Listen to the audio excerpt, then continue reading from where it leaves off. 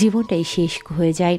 এত বড় বাজে কাজ জেনে শুনে ফালাক সফল হতে দেবে না, নিজ হাতে যেভাবেই হোক শেষ করবে। তার আগে জানতে হবে এই গুপ্ত গুহায় আছে কি। ফরহাদের থেকে আকারে ইঙ্গিতে অনেক কিছুই জানতে পারে। এই যেমন মাত্রই জানতে পারলো জুলফিকার নিজের কাজ শুধু জঙ্গলেই মেটায়, কিন্তু গুপ্ত গুহায় যাওয়ার রাস্তা এখনও চেনে না। ওটাও আদায় করতে পারলে ফালাক পদক্ষেপ নেবে।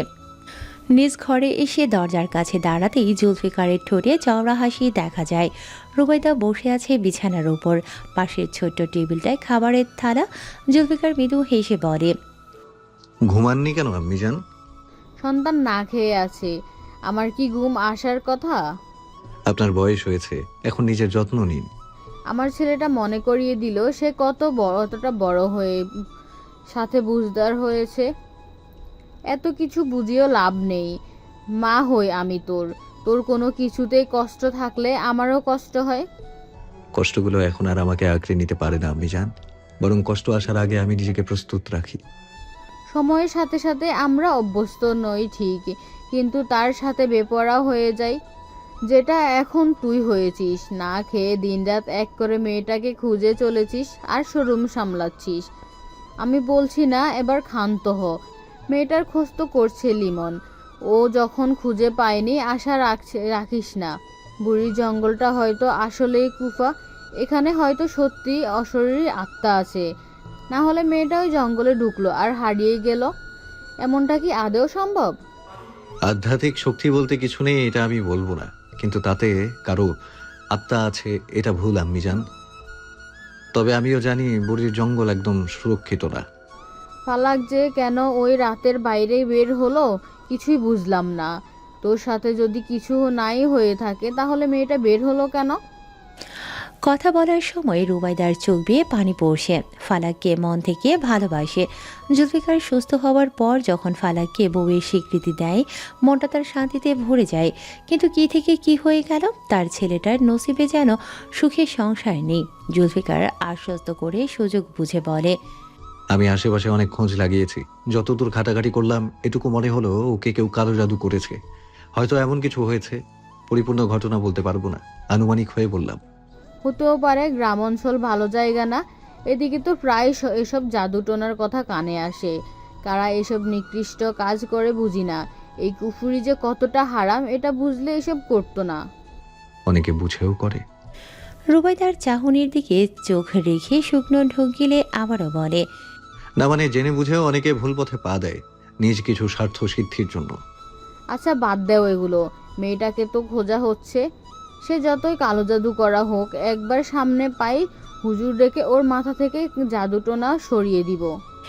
মৃদু হাসলো জুলফিকার। রুবাইদা হাত টেনে বসিয়ে দিয়ে বলে, নে এবার খেয়ে নে। তুই অসুস্থ হলে আমি আমার বৌমাকে ফিরিয়ে পাওয়ার স্বপ্ন দেখতে পারবো না তো। হাত মুখ ধুয়ে আসি। যেতে হবে না, আমি খাইয়ে দিচ্ছি। এই বয়সেও আমাকে খাইয়ে দেবেন? কতই বা বয়স তোর? মায়ের কাছে সন্তানের বয়স আহামরি বেশি হয় না। ভাত মাখিয়ে জুলফিকারের সামনে এক লোকমা ধরে। হাঁ কর দ্রুত, দুদিন পর দাদি হব আমি। একটু থেমে গেল। ফালাক কোথায় এটাই জানে না, সন্তানটা সুরক্ষিত আছে কিনা এটাই বা কিভাবে জানবে।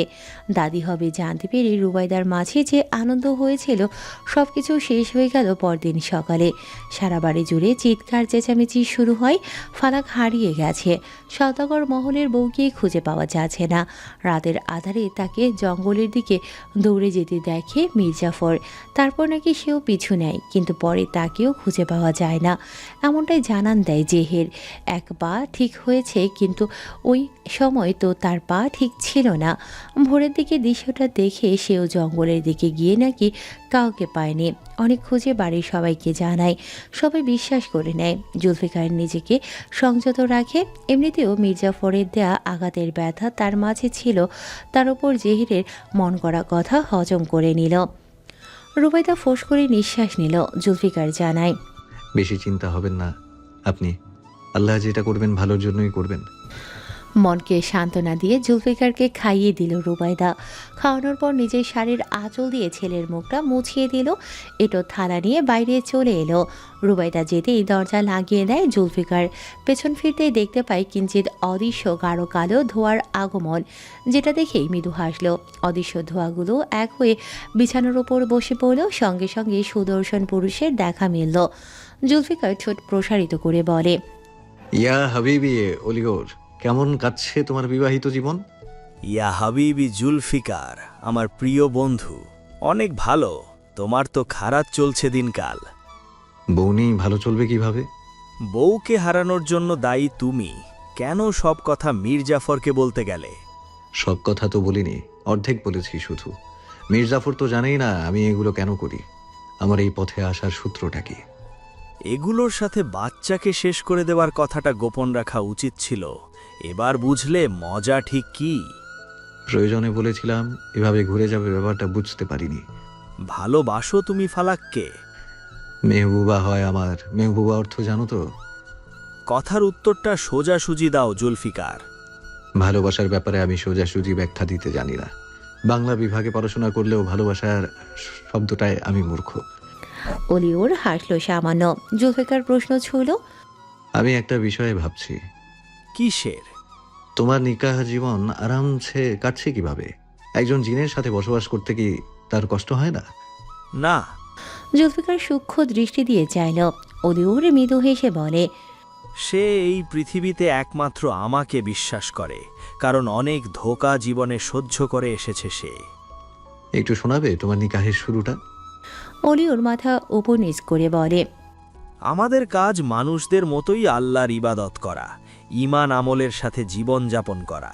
মানুষের ক্ষতি করাটা আমাদের উদ্দেশ্য না, কিন্তু মানুষ জাতি যদি আমাদের পথের বাধা হয়, আমরাও তাদের জীবনকে ভস্ম করে দেই। যদি কেউ বন্ধুত্বের হাত বাড়িয়ে সহায়তা চায়, তাও আবার যুক্তিযুক্ত কারণ দেখিয়ে, তাহলে আমরাও সহায়তা করি। ঠিক যেমন তুমি আমাকে যুক্তিযুক্ত কারণে ডাকো। অকারণে ডাকা হলে আমরা জিন জাতি রেগে যাই। তো একদিন রাতে আমি এক অসহায় নারীর কান্নার আওয়াজ পাই। কান্নাটা কানে এসে বাড়ি দেয় আমাকে। কান্নার দিক নির্দেশনা অনুযায়ী চলতে চলতে আমি তার কাছে পৌঁছে যাই। যখনই তার কাছে পৌঁছলাম, তার সামনে আমার অবস্থান প্রবেশ করবার আগে আমি দেখতে পেলাম কিছু আপত্তিকর দৃশ্য। কন্যাটি কান্না করে যাচ্ছে এক নাগাড়ে। অন্যদিকে তার স্বামী অন্য নারীর সহিত নিষিদ্ধ কাজে লিপ্ত। আমি কৌতূহলবশত প্রায় তার আশেপাশে থাকতাম। এক সময় দেখি কন্যাটির পরিবার বলতে কেউ নেই। আছে শুধু তার চাচি, যে কিনা মাটি শক্ত করে বেঁচে থাকার কথা বলে।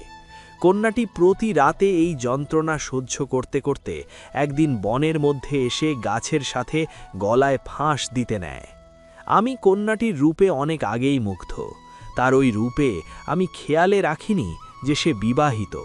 তাকে পাওয়ার জন্য আমি সুযোগ খুঁজেছি। একজন অসহায় কন্যা, যার স্বামী এই সুন্দরী রূপকে মূল্যায়ন করেনি, তাকে তো আমার পেতেই হবে।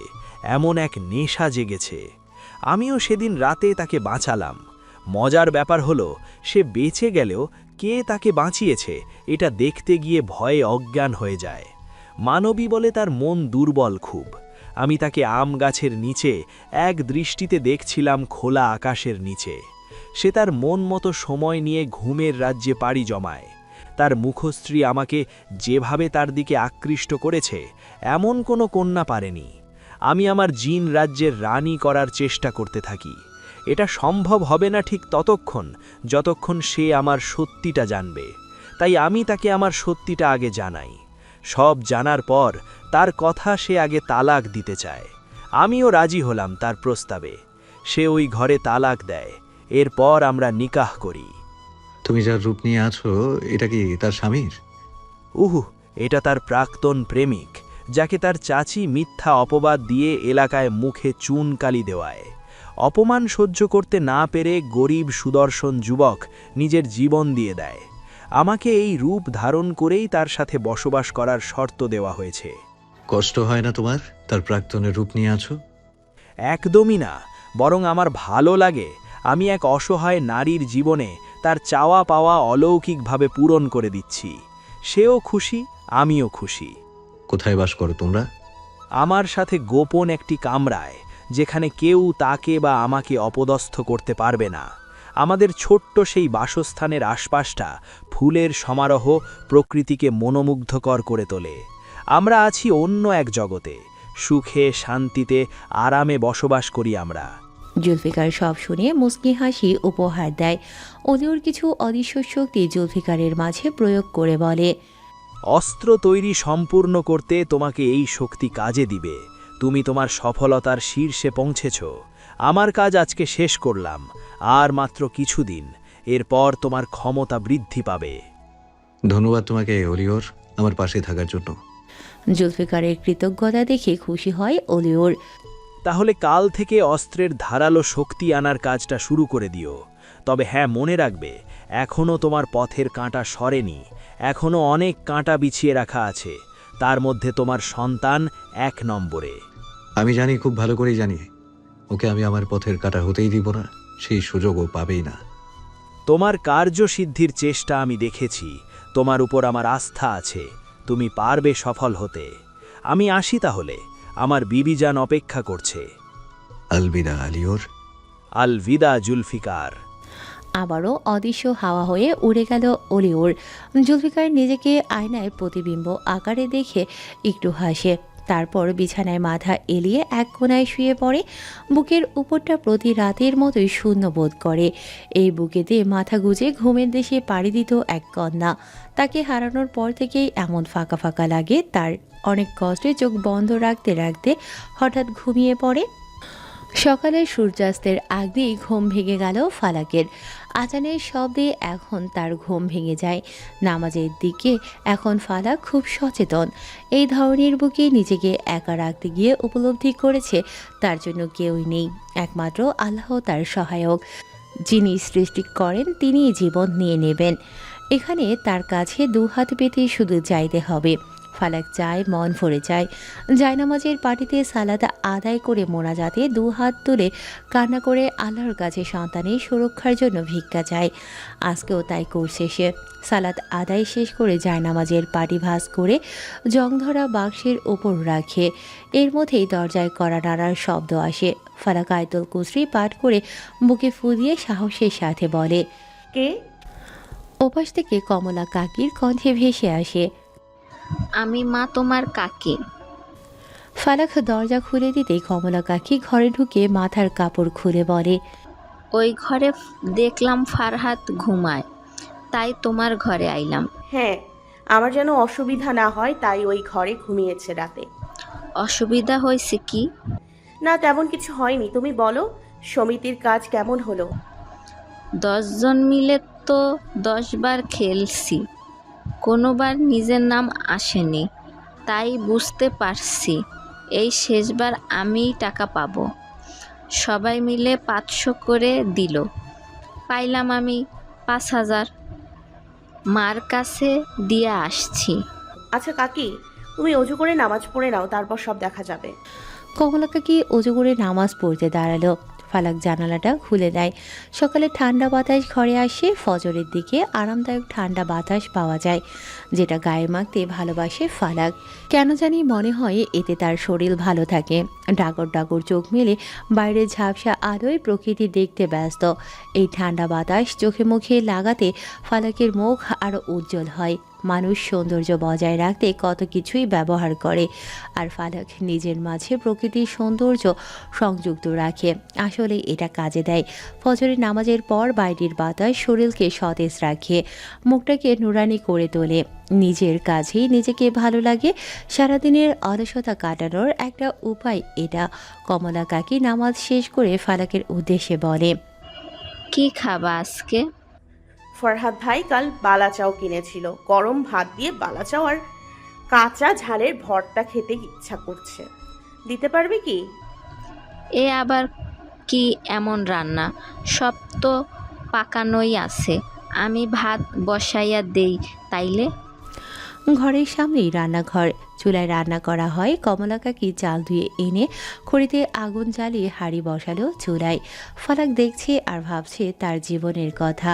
পেটে হাত দিয়ে থাকতে তার ভালো লাগে। জীবনে প্রথমবার মাতৃত্বের শ্বাস নিতে যাচ্ছে। মা হবে ফালাক, এর যেন আলাদা অনুভূতি, প্রকাশ করা অসম্ভব। কিছুক্ষণ ভাবতেই ফালাক মনে মনে বলে, আচ্ছা, ওই গুপ্ত গুহায় কি এমন আছে যেটা দিয়ে উনি কালো জাদু করে? ভাবতে গিয়ে গায়ে কাটা দেয় ফালাকের। এসব নিয়ে ভাবলেও ভয় লাগে, তাও সাহস নিয়ে ভাবছে। আমাকে এবার ওখানে সুযোগ বুঝে যেতেই হবে, জানতেই হবে ওখানে কি আছে। উনি যদি আমার মায়ের খুনের সাথে যুক্ত থাকে তাহলে ওখানে মাকে নিয়েও কোনো সূত্র আছে। আমি ওনাকে সেই পাপ কাজে সফল হতে দিবই না। এবার যে করেই হোক ফরহাদ ভাইয়ের চোখের আড়াল হয়ে ওইদিকে পা রাখতেই হবে আমাকে। কমলা কাকি ডাক দিল। ও মা, কি ভাবো? ফালাক কিঞ্চিত কেঁপে ওঠে। কিছু না কাকি, হয়েছে কি? আমি তো পেঁয়াজ কুচাই, তুমি বসো এইখানে, গল্প করি আমরা। এভাবে চুপ থাকলে মাথায় উল্টা পাল্টা ভাবনা আসবে। পোয়াতি মেয়েদের উল্টা পাল্টা ভাবনা ভাবতে নেই। ফালাক ঠোঁট প্রসারিত করে। কমলা কাকি কখনোই ফালাককে নীরব ভাবনায় থাকতে দেয় না। এটার কি নির্দিষ্ট কোনো কারণ আছে? এই যেমন ফরহাদ ভাই সতর্ক করেছে কি, ফালাক যদি একলা ওসব নিয়ে ভাবে তাহলে হয়তো বিপদের দিকে ঝুঁকে পড়বে। এই জন্য এমন করেছে হয়তো। কমলা কাকির পাশে বসে ফালাক পেঁয়াজ কুচির উপর কাঁচামরিচ কুচি নিয়ে লবণ দিয়ে চটকে নিল। কিছুক্ষণ চটকানোর পর তাতে সরিষার তেল আর ধনিয়া পাতা দেয়। দেখেই ফালাকের জিভ দিয়ে পানি এসেছে। ভাত উতলেছে মাত্র। খুন্তিতে ভাত নিয়ে টিপে দেখে মার গালার উপর হাঁড়ি রাখলো। মাথায় কাপড় ঠিক করে বলে, আমি ফারহাদকে ডেকে আসি।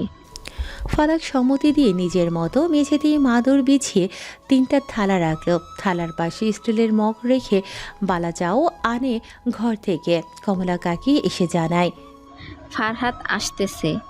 ফালাক মাথায় থাকা কাপড় হাত দিয়ে ঠিক করে নিল। এখন আর মাথার চুলগুলো বের করে রাখে না। পরিপূর্ণ পরিবর্তন হয়েছে ফালাক। ফরহাদ হাত মুখ ধুয়ে এসে বসে একটা থালার সামনে। কমলা কাকির উদ্দেশ্য করে বলে, এখন আর কোথায় যাই? বোনের কখন কি দরকার পড়ে বলা যায় না। তোমার থাকা খুব প্রয়োজন। এমনিতেও আমি যাইতাম না আর। ফালাক ভাত খাচ্ছে। ফরহাদ বলে ওঠে, তোমার কি কি লাগবে বইলো বোন, আমি না থাকলে কাকের কাছে চাই। এখন কিছুই লাগবে না, তুমি যে টোটকা দাও এগুলো ভালো কাজ করে। ফরহাদ খেতে থাকে, কিন্তু তার গলা কিছুটা আটকে আসে। টোটকা, এই টোটকা তাকে একজন শিখিয়েছে। যে শিখিয়েছে তার সাথে আজ মির্জাফর সত্যি সত্যি মির্জাফরই করেছে। চোখটা চিকচিক করে ওঠে ফরহাদের। নিজেকে আসলেই মির্জাফর উপাধি দিতে চায়। গুরুর জন্য মনটা পড়ছে তার। কতগুলো দিন একসাথে তারা গোপনে একে অপরের ছায়া হয়েছিল।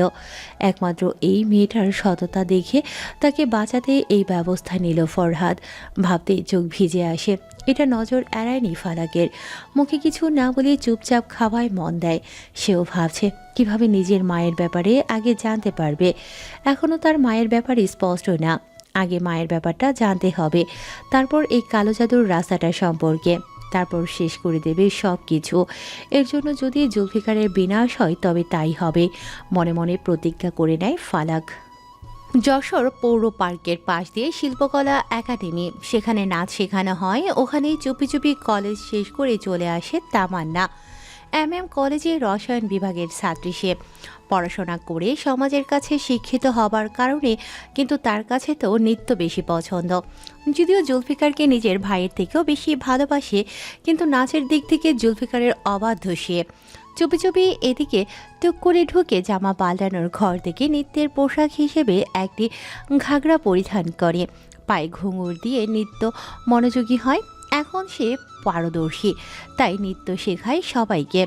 আজও সবার সামনে দাঁড়িয়ে নৃত্য দেখিয়ে দিচ্ছে তার খুদে শিল্পীদের। হাত দুলিয়ে পা একবার সামনে ও পিছনে নিয়ে প্রতিটি দিক সুন্দরভাবে বুঝিয়ে দেয়। যখনই ওরা নিজে থেকে তামান্নার মতো করে নৃত্য করতে পারে, তামান্না হাততালি দিয়ে সবাইকে বাহবা জানায়। খুব অল্প সময়ের জন্য এখানে আসে। বলা যায় না কখন জুলফিকার এখানে আসে আর তাকে দেখে ফেলে। এখান থেকে কিছুটা দূরেই তো শোরুম। বোনদের দেখতে হুটহাট আসা হয় জুলফিকারের। নৃত্য শেষ করে দরজা দিয়ে মাথা বের করে এদিক ওদিক তাকিয়ে বের হয়। যে রিস্কা ধরতে নেয় অমনি পেছন থেকে বলে, কেমন আছেন মিস রক্তটা? তামান্নার মুখে হাসি ফুটে ওঠে, যেটা পেছন দিকে ঘুরে থাকার কারণে দেখতে পায় না নিশাত খান। কাঁধে ঝুলন্ত ব্যাগ ঝুলিয়ে অন্যদিকে ফিরে একটু হেসে নেয়, অতপর মুখে গাম্ভীর্য ফুটিয়ে পেছনে ঘুরে বলে, আপনি এখানে যশোরে ঘুরতে এসেছি। একা? দুকা হব কিভাবে? কেন, আপনার পাহারাদার নেই যাদেরকে আপনি বাম হাত ডান হাত হিসেবে ব্যবহার করেন? সব জায়গায় তাদেরকে আনি না।